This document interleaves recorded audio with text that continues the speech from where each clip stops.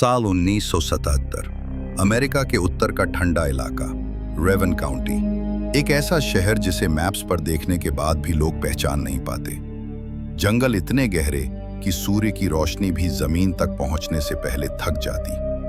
हवा इतनी ठंडी कि सांस लेने पर फेफड़े दर्द करने लगते, और रातें इतनी शांत कि ऐसा लगता जैसे दुनिया खत्म हो चुकी हो।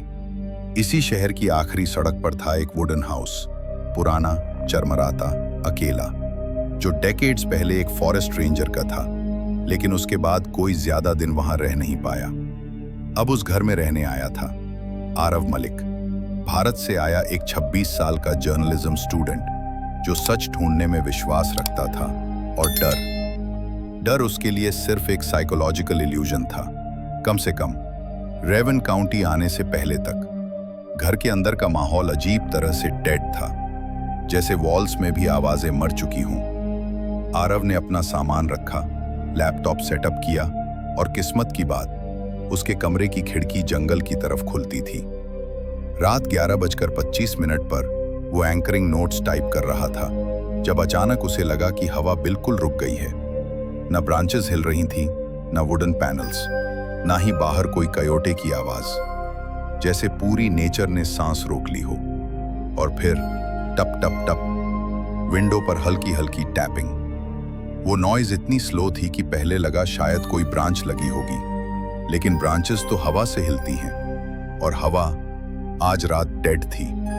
उसने विंडो की तरफ देखा। डार्क फॉरेस्ट के बीच कुछ भी नहीं, बस काली अनंत डार्कनेस। जितनी निगाह जाए बस ब्लैक शेप्स ऑफ ट्रीज।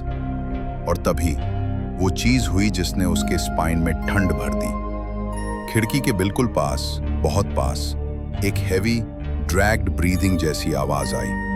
हा, जैसे कोई बहुत ठंडी हवा को भीतर खींच रहा हो, जैसे कोई बहुत करीब खड़ा हो, बिल्कुल कांच के दूसरी ओर। आरव फ्रीज हो गया। ना कीबोर्ड पर हाथ रहा, ना आंखें ब्लिंक कर रही थीं। और फिर उसने सुना, धीमी, टूटी हुई, मौत जैसी आवाज।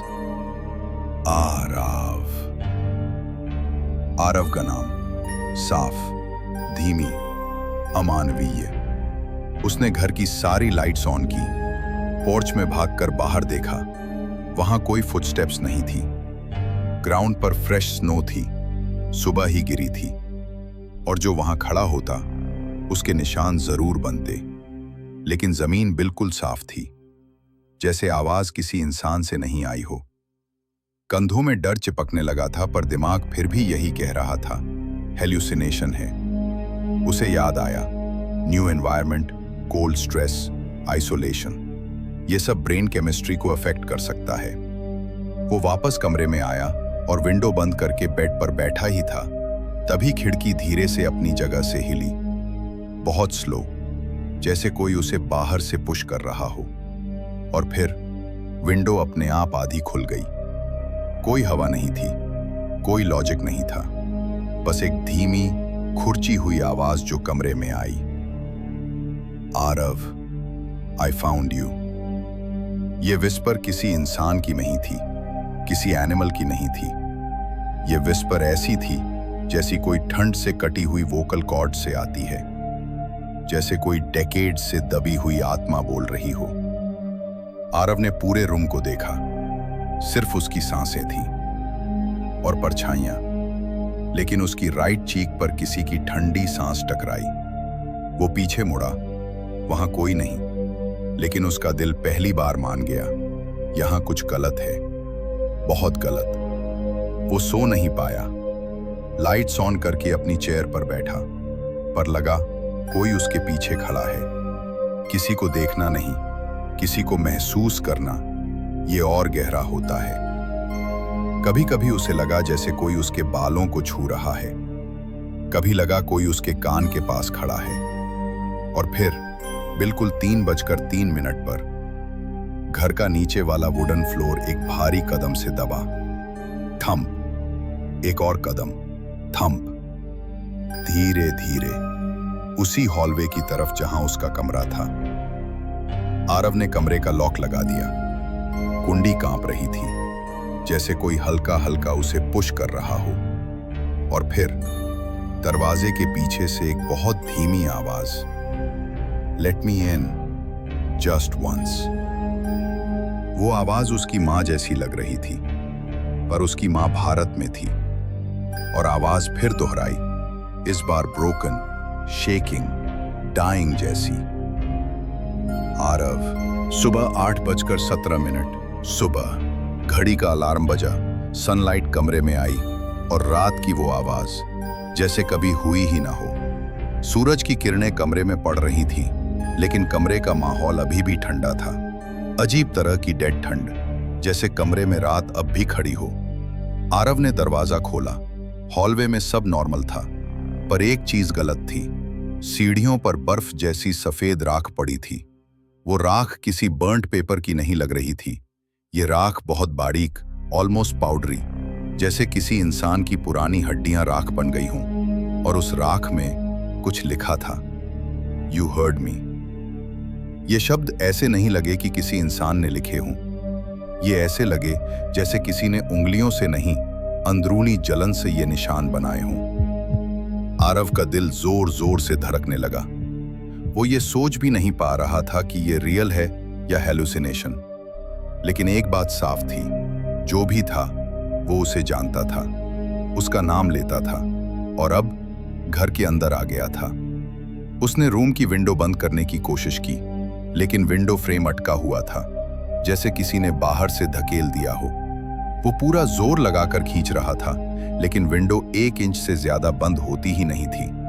और बाहर डेंस फॉरेस्ट की हवा नहीं, बल्कि एक हेवी साइलेंस खड़ा था।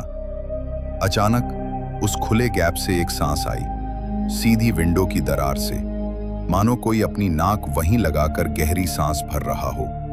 और फिर वो आवाज, अब और भी करीब, और भी साफ, और भी मानवीय, लेकिन मानवीय नहीं। Aarav, don't close the window. Aarav जम गया। वो पीछे हट गया, लेकिन विंडो धीरे धीरे खुद बंद हो गई, अपने आप, बहुत बहुत धीरे। लॉक लगा खुद से। इस बार आरव को समझ में आ गया, ये कोई हवा, कोई ब्रांच, कोई इल्यूजन नहीं। कुछ है जो उसे देख रहा है और जो घर के अंदर आ चुका है। आरव डाउनस्टेयर्स गया पानी पीने। एक पुराने कॉर्नर टेबल पर फोन रखा था, हाउस का पुराना डायल फोन जो अनप्लग था। लेकिन फोन की बेल बजी, ट्रिंग ट्रिंग ट्रिंग। आरव के पैरों की जान निकल गई। उसने धीरे धीरे रिसीवर उठाया। हेलो। कुछ सेकंड साइलेंस, बस स्टैटिक, हेवी क्रैकलिंग, जैसे कोई बहुत दूर से बोलने की कोशिश कर रहा हो। फिर एक लो whisper, You shouldn't have moved in. Aarav ने फोन टेबल पर रखा, लेकिन उसकी उंगलियां कांप रही थी। हाउस की एक शेल्फ में उसे एक पुरानी डायरी मिली, ब्राउन कवर, थोड़ा सूखा हुआ, और अंदर एक फेंट स्मेल, जैसे पुरानी चीजों के साथ सड़ांध भी मिली हो। डायरी पर लिखा था, फॉर एमिली विंटर्स, 1971, 4 साल पहले की। आरव ने डायरी खोली। पहले कुछ पेज नॉर्मल थे। Today I walked in the woods, mom baked pie, I love the snow. पर फिर पेज 17 पर हैंडराइटिंग बदल गई। वो शेकी थी, जैसे डर में लिखी गई हो। There is a voice outside my window, it says my name, it knows things about me. Page 18, last night it whispered, let me in, I think it has my mother's voice now. Page 19, लिखावट टूटी हुई, ink फैला हुआ, जैसे हाथ कांप रहा हो। I heard it inside the room, it touched my hair, I found you Emily. Page 20, कुछ नहीं था, सिर्फ नीचे की तरफ खून जैसी लाल स्मज और आखिरी line, I am not alone in the room. उस पेज के बाद डायरी खाली थी, लेकिन बैक कवर पर एक सेंटेंस खरोचा हुआ था, रूम्स रिमेंबर एवरीथिंग। आरव के हाथ कांपते रहे। उसने डायरी बंद कर दी, लेकिन उसके मन में एक सवाल जल रहा था, एमिली मर कैसे गई? वो रात आरव की जिंदगी की सबसे लंबी रात बन गई। 3:03 सुबह, उसी समय जब एमिली ने लिखा था, कमरे में अचानक तापमान गिरा, इतना कि ब्रेथ स्मोक जैसी बनने लगी। आरव ने आंखें खोलकर देखा, विंडो पूरी तरह बंद थी, फिर भी कर्टन्स अपने आप हिल रहे थे, जैसे किसी ने उन्हें धीरे धीरे छुआ हो। और फिर बेड के नीचे से सांस की आवाज आई, हा हा हा, बहुत भारी, बहुत दुखी, बहुत नॉन ह्यूमन। आरव धीरे धीरे बेड से उतरा, फर्श पर हाथ रखा, फ्लोर आइस कोल्ड था।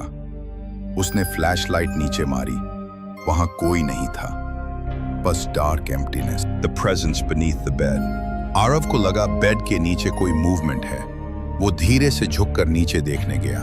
अंधेरा गहरा था, कुछ दिख नहीं रहा था, लेकिन वहां से जैसे हल्की सांस आती महसूस हुई। बस इतनी ही, ना कोई चिल्लाहट, ना कोई शेप, सिर्फ एक फेंट ब्रीदिंग, जैसे कोई बहुत देर से चुपचाप वहां छिपा हो। आरव का दिल जोर से धड़कने लगा। उसने फ्लैशलाइट नीचे की ओर की, लेकिन लाइट फर्श पर पड़े हुए सिर्फ धूल के कणों को दिखाती थी, वो भी हवा में तैरते हुए। उसने धीरे से पीछे कदम बढ़ाया। कमरा बिल्कुल साइलेंट था, पर उस साइलेंस में भी एक मौजूदगी थी, जैसे कुछ उसे देख रहा हो। वो भागकर हॉलवे में आया। लाइट्स धीमे धीमे फ्लिकर कर रही थीं। चरमराहट की छोटी छोटी आवाजें, जैसे पुराने लकड़ी के तख्त खुद ब खुद हिल जाएं। हवा बिल्कुल बंद थी, पर फिर भी ऐसा लग रहा था कि हॉलवे के एक तरफ कोई अभी अभी गुजरा हो। दीवारों पर पुराने नामों की फेंट मार्किंग्स दिख रही थीं, जिन्हें शायद किसी ने सालों पहले खुरचा होगा। इनमें एक नाम साफ था, सरा विंटर्स। यही नाम हाउस की पेपर्स में भी था। यही वो औरत थी जिसके बारे में एमिली की डायरी में लिखा था कि वो गायब हो गई थी। आरव के गले में सूखापन उतर आया। उसे अब समझ आने लगा था कि ये घर सिर्फ पुराना नहीं था, ये घर याद रखता है। आरव ने डायरी वापस खोली। लास्ट पेजेस में कुछ फेडेड नोट्स थे, एमिली की मदर के लिखे हुए। Sarah Winters used to live in this house. People said she would walk near windows at night, calling someone's name. When she disappeared, no one found a trace. और आखिरी line, Emily कहती है कि वही आवाज अब उसे बुला रही है। आरव के हाथ ठंडे पड़ गए। ये वही पैटर्न था, और अब वही चीज उसे टारगेट कर रही थी। 3 बजे के करीब विंडो के बाहर हल्का सा मूवमेंट दिखा। पेड़ों के बीच कोई खड़ा था, एक सिलुएट। वो बस खड़ा था, न तो मूविंग न तो हाइडिंग, बस देख रहा था। शैडो बहुत हल्का था, न चेहरा दिख रहा था न कोई फीचर, बस एक स्टैंडिंग फिगर, जैसे किसी का आउटलाइन हवा में कटा हुआ हो। और फिर वो शेप धीरे से पीछे एथलेटिसिज्म में, जंगल के अंदर। आरव कमरे में वापस आया, डोर बंद किया, लेकिन उसे लगा कोई उसके पीछे खड़ा है। उसने मुड़कर देखा, कमरा खाली था, लेकिन हवा में हल्की सी आवाज गूंजी, बहुत धीमी, ऑलमोस्ट हवा जैसी। आरव। वो आवाज जोर से नहीं थी, ना कोई चिल्लाहट, ना कोई डरावना एलिमेंट, बस एक सॉफ्ट विस्पर, जैसे कोई बहुत दूर से पुकार रहा हो। उस विस्पर के बाद कमरा फिर से नॉर्मल हो गया। पर एक चीज कंफर्म हो चुकी थी, जो भी सारा विंटर्स थी वो उसे जानती थी, और अब उसके बहुत पास थी। सुबह डोर हल्का सा खुला था।